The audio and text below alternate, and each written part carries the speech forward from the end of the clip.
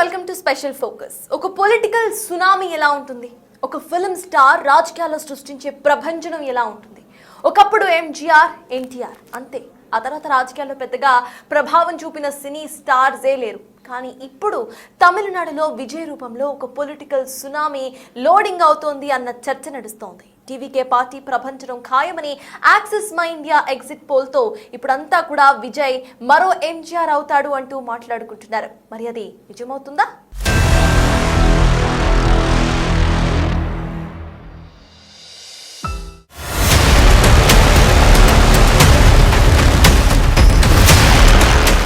ఎక్కడ మీటింగ్ పెట్టినా జన సునామీ.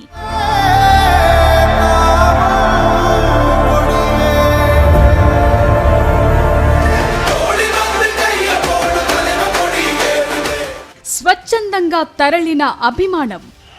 ஒரு வெகுஜன மக்கள் இயக்கமா வந்ததுதான் நம்ம டிவிக்கு. అప్పుడు ఎంజీఆర్, ఎన్టీఆర్, ఇప్పుడు విజయ్ జోసెఫ్.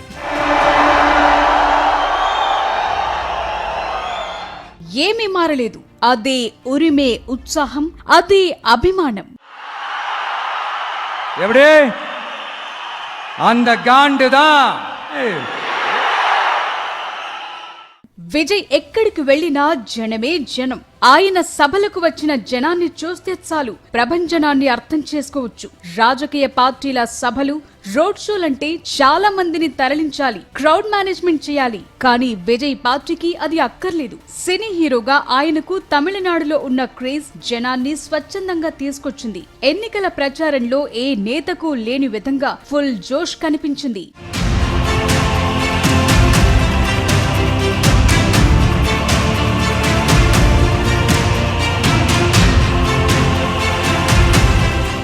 విజయ్ ఎక్కడికి వెళితే అక్కడ జన ప్రభంజనమే కనిపించింది. ఇదంతా మార్పుకు సంకేతమా అన్న ప్రశ్నలొచ్చాయి. ఇంతలా అభిమానం తమిళనాట విజయ్ కి పొలిటికల్ గా కొత్త బలాన్నిచ్చింది. సినీ ఇండస్ట్రీ నుంచి వచ్చి పొలిటికల్ ఎంట్రీ ఇచ్చి తొలి ఎన్నికల్లోనే సత్తా చాటాలంటే క్రేజ్ మరో లెవెల్లో ఉండాలి. ఒకప్పుడు తమిళనాట ఎంజీఆర్ క్రేజ్ వేరే లెవెల్. 1972 అక్టోబర్ 17న డిఎంకే నుంచి విడిపోయిన తరువాత ఎంజీఆర్ అన్నా డిఎంకే పార్టీని స్థాపించారు. 1972లో పార్టీ స్థాపించగా 1977 జూన్లో సీఎం అయ్యారు. ఇది ఆయనకున్న పర్సనల్ క్రేజ్ తోనే సాధ్యమయ్యింది.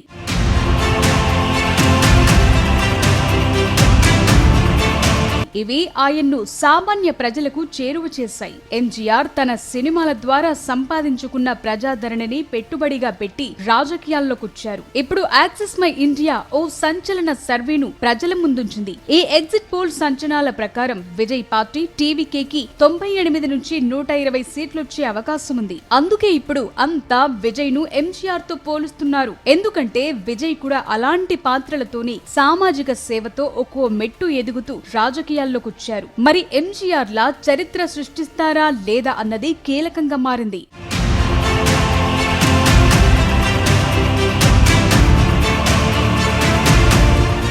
తమిళనాడులో మొత్తం 234 సీట్లున్నాయి. అధికారం చేపట్టాలంటే 118 సీట్లు కావాలి. ఇప్పుడు విజయ్ పార్టీ ఆ మెజారిటీ మార్క్ చేరుకుంటే విజయ్ ప్రస్థానం నేరుగా ఎంజీఆర్, ఎన్టీఆర్ సరసన చేరుతుంది. విజయ్ పార్టీకి యాక్సిస్ మై ఇండియా ఇచ్చిన ఎగ్జిట్ పోల్స్ అంచనాలతో అంతా ఎంజీఆర్, ఎన్టీఆర్ చరిత్రలను గుర్తు చేసుకుంటున్నారు. కారణం వారు పార్టీ పెట్టిన తక్కువ టైంలోనే సీఎం కాగలిగారు. ఇప్పుడు విజయ్ కి అదే ఛాన్స్ ముంగిట్లో ఉందంటున్నారు. ఎన్టీఆర్ అయితే పార్టీ పెట్టిన 9 నెలల్లోనే ప్రభంజనం సృష్టించి అధికారంలోకి వచ్చారు. 1982 మార్చిలో టీడీపీని స్థాపించారు. 1983 జనవరిలో అధికారంలోకి వచ్చారు. తెలుగునాట అన్న ఎన్టీఆర్ సృష్టించిన పొలిటికల్ సునామీ అంతా ఇంతా కాదు. సినీ రంగం నుంచి వచ్చి తక్కువ సమయంలోనే రాజకీయంగా సత్తా చాటిన ఘనత ఎన్టీఆర్ కే దక్కుతుంది. నాడు ఆ విజయం దేశవ్యాప్తంగా చర్చనీయాంశమైంది.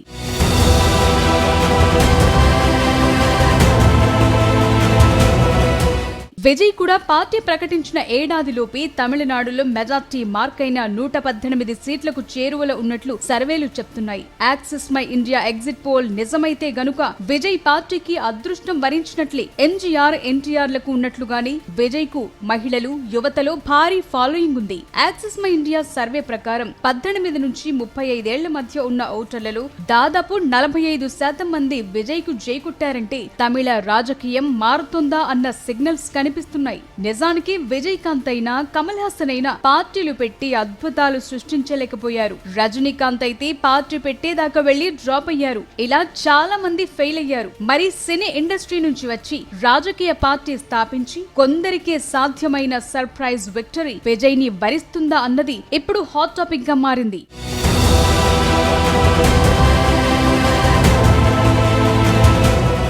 సో ఎవరికి రాని అవకాశం, అదృష్టం టీవీకి చీఫ్ విజయ్ ముందుంది. సర్వే నిజమైతే మరో ఎంజీఆర్ అవుతాడని, వేరే సర్వే సంస్థల అంచనాలు నిజమైతే మరో చిరంజీవి అవుతాడని, మధ్యస్థంగా సీట్లు సాధిస్తే మరో పవన్ కళ్యాణ్ అవుతాడన్న చర్చ అయితే జరుగుతోంది. మే 4వ తేదీ ఈ మొత్తం చరిత్రను తిరగరాస్తుందా? ఏం జరగబోతోంది?